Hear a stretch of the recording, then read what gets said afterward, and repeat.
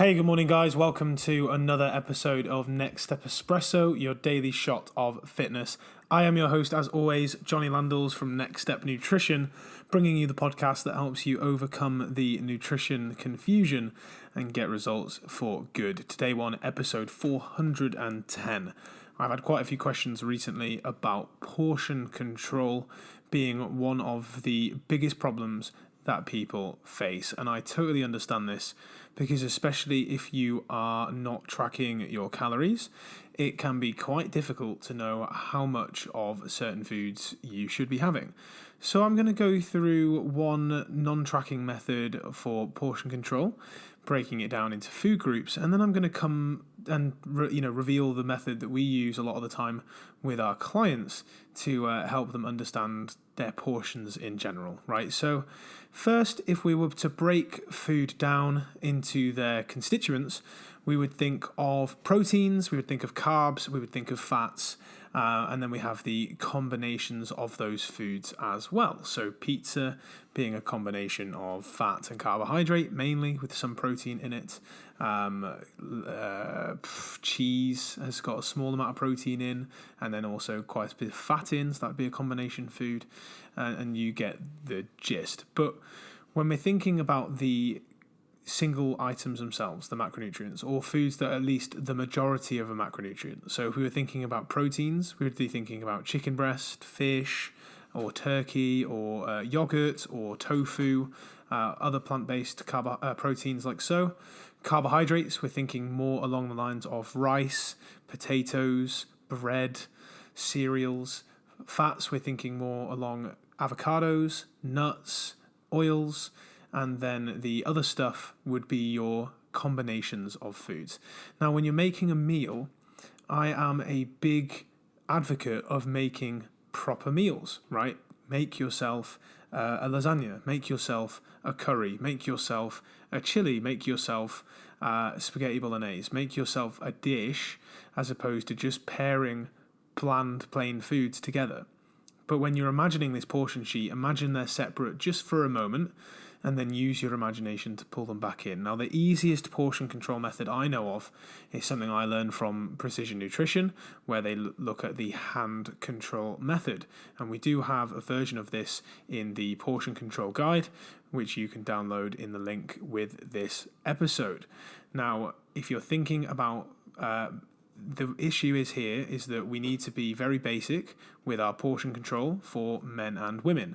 Now, the male version is slightly larger than the female version, only because on average, men are larger and also burn more calories than women.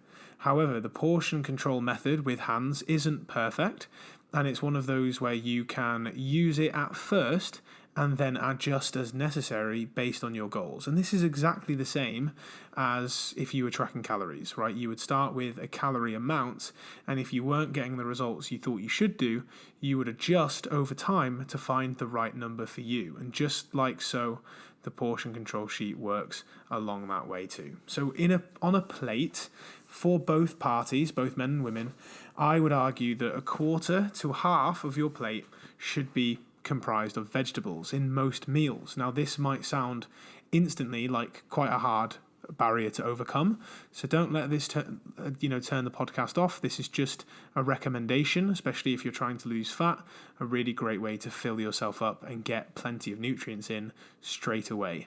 Now, if you look at your hands, when you think about a protein food, a portion of lean protein is equivalent to roughly the palm size of your hand.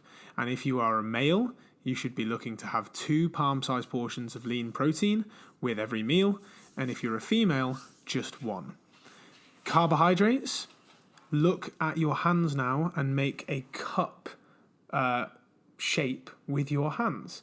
And if you look in the base of your palm, 2 cupped handfuls worth of carbohydrate for men, and 1 cupped handful of carbohydrates for women with your meals. Now, ideally, carbohydrates should be based on activity, right? So the more active you are, the more carbohydrates you should be having, and the less active you are, the less carbohydrates you should be having in terms of grains and starches like rice, potatoes, pasta, quinoa, that kind of thing.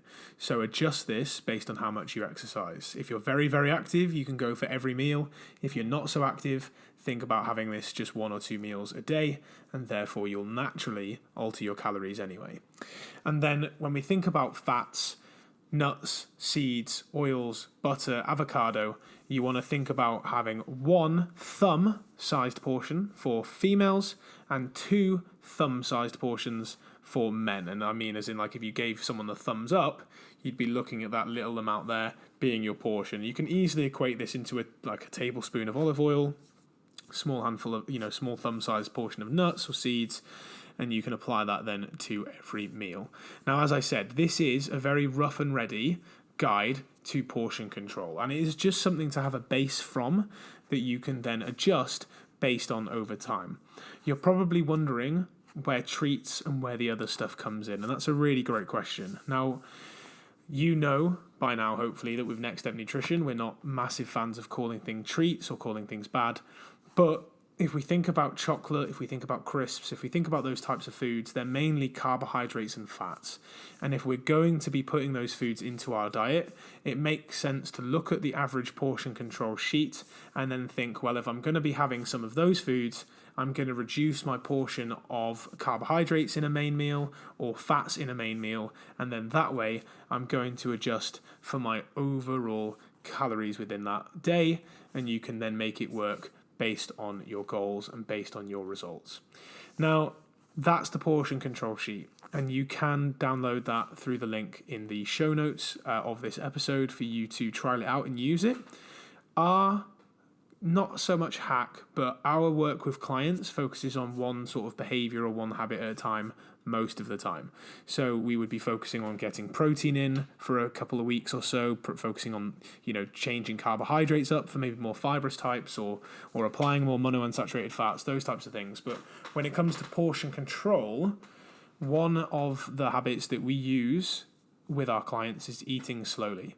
And eating slowly is one of those game-changing habits where if you're worried about eating too much food, if you start by eating slowly, you will most likely eat less of the food that you have been before. If you think eat slowly and stop when satisfied rather than stuffed, you will naturally adjust your portions based on what your body truly needs. And this is the inclination of mindful eating, of getting really tuned in to what your body actually needs. So by all means, use the portion control guide to build your meals from now on.